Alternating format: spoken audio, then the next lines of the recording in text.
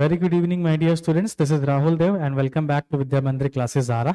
आज हमें अपने लेक्चर नंबर 5 में, इससे पहले वाले क्लास में हमने अच्छे से जाना हुआ था अबाउट द एटॉमिक सिंबल और एटॉमिक मास के बारे में भी अच्छी जानकारी ली हुई थी, और वो कैल्शियम तक की ली हुई थी। 1 से 20 तक की जो एलिमेंट है उनका मास जाना हुआ था। अब सवाल ये बनता है कि सर इसका मास हमने तौला कैसे? तो उसके लिए हमने क्या किया था, एटॉमिक मास यूनिट हमने एक यूनिट बनाया, that is atomic mass unit का शॉर्ट फॉर्म है एएमयू। एएमयू। अब हम लोग इसका यूज करते हैं म्यू, ये वाला फॉर्म यूज करते हैं। अच्छा, इसमें किए क्या थे हम लोग? पहले एक हाइड्रोजन को लिए थे जिसका एटॉमिक मास होता है 1, राइट? इसका एटॉमिक मास कितना होता है? 1। और करते क्या थे कि एक तराजू पे किसी जिसका आपको तौलना है, जैसे हीलियम का तौलना है, तो हीलियम का एक एटम रखते थे और दूसरे तराजू पे हम हाइड्रोजन को रखते चले जाते थे। एक हाइड्रोजन का 1 एटम होता था, तो इससे हमको जो है पता करने में आसानी होती थी कि कितना उसका यूनिट है, उतना उसका कितना वजन है। जैसे हीलियम है, इसका हम जानते हैं कि 4 म्यू हमारे पास क्या है, मास। तो होता क्या था कि 4 हाइड्रोजन को रखने पे हमको ये जो व्हील है वो बैलेंस दिखता था।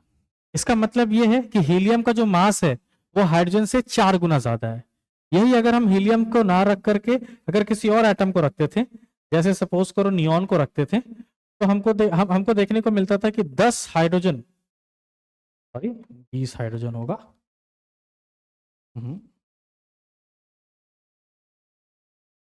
20 हाइड्रोजन रखते थे हम लोग एक व्हील पे, तो ये व्हील जो हमारा बैलेंस होता था। तो इससे हमको पता लगा कि जो नियॉन है उसका एटॉमिक मास कितना होता है, 20 म्यू।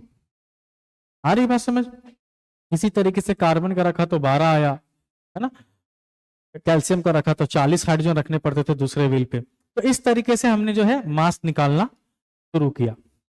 लेटर ऑन जाने के बाद हमने हाइड्रोजन को रिप्लेस कर दिया कार्बन से।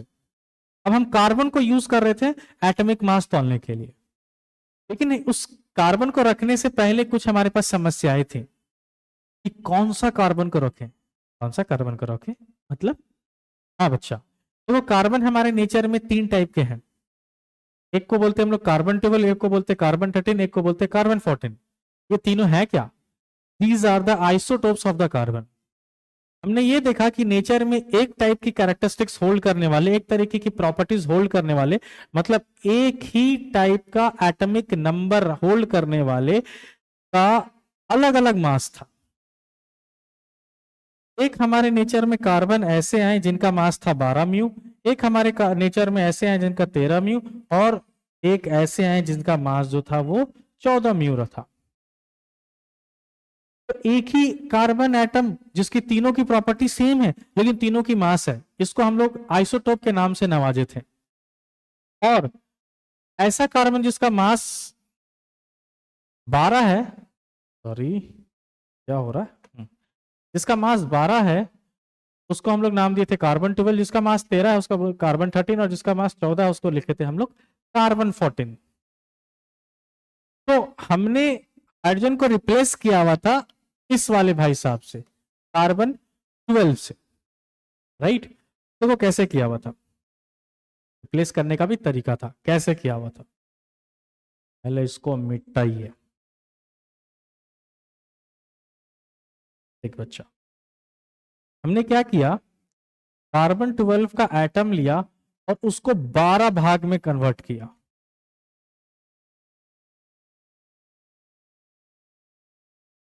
बारह हिस्सा में काटा। कार्बन के एक एटम को कितने हिस्से में काटा? 12 हिस्से में काटा। अब बच्चा, एक एटम का जो एक हिस्सा था, जो कार्बन 12 का एक एटम का, है ना, एक जो हिस्सा था उसका मास कितना होगा? हाँ राइट, 1 म्यू, है ना? एक कार्बन एटम का जिसका मास 12 म्यू था, एक एटम पकड़ा जिसका मास कितना होगा? 12 म्यू। ठीक है, उसके हमने 12 पीसेस किए, एक पीस का वजन कितना होगा? 1 म्यू, राइट? तो हमने क्या किया, इस एक पीस को उठाया और तराजू पे रखा, है ना? क्या रखा इस पे हमने? कार्बन 12 का एक एटम का 12th हिस्सा, है ना, 12वां हिस्सा जो है इस पे रखा।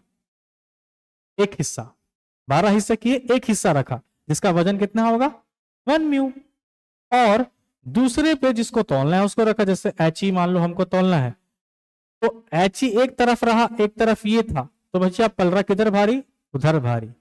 लेकिन अगर ऐसे ऐसे 4 हमने एटम अगर रखे तो कितना होगा, अब वेल बराबर हो जाएगा।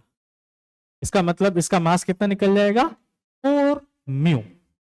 इसीलिए एनसीईआरटी में हमको इसका डेफिनेशन मिलता है कि one atomic mass unit can be defined as 1/12 the mass of 1 atom of carbon 12, है ना। एटॉमिक मास यूनिट की परिभाषा क्या है बच्चा, कार्बन 12 का एक एटम जो होगा उसका जो मास होगा उसको 1/12 से, है ना, इंटू करोगे तो ये कितने यूनिट के बराबर आ जाएगा, 1 एटॉमिक मास यूनिट के बराबर आ जाएगा, ये 1 म्यू के बराबर आ जाएगा। कार्बन 12 का एटम का मास होता है 12, उसको इंटू करेंगे 1/12 से, तो ये क्या बताएगा 1 म्यू। समझ में आ रहा। जैसे खरबूजा लिए, खरबूजा को 12 हिस्सा किए, मान लो खरबूजा का वेट है 12 ग्राम, 12 हिस्सा किए, एक हिस्सा का मास कितना होगा सर 1 ग्राम होगा। उसी को एक तराजू पे रखे, बाकी जिसको तोलना है उसको दूसरे तराजू पे रखे, और इसका नंबर ऑफ जो है ना, ये हिस्सा बढ़ाते चले जाइए, आपको मास मिल जाएगा। तो ये था हमारा all over about the atomic mass unit. इसके बाद वाले लेक्चर में हम करेंगे बच्चा कि एटम जो है वो कैसे एग्जिस्ट करते हैं नेचर में। ठीक है, कोई दिक्कत समस्या नहीं। Thank you.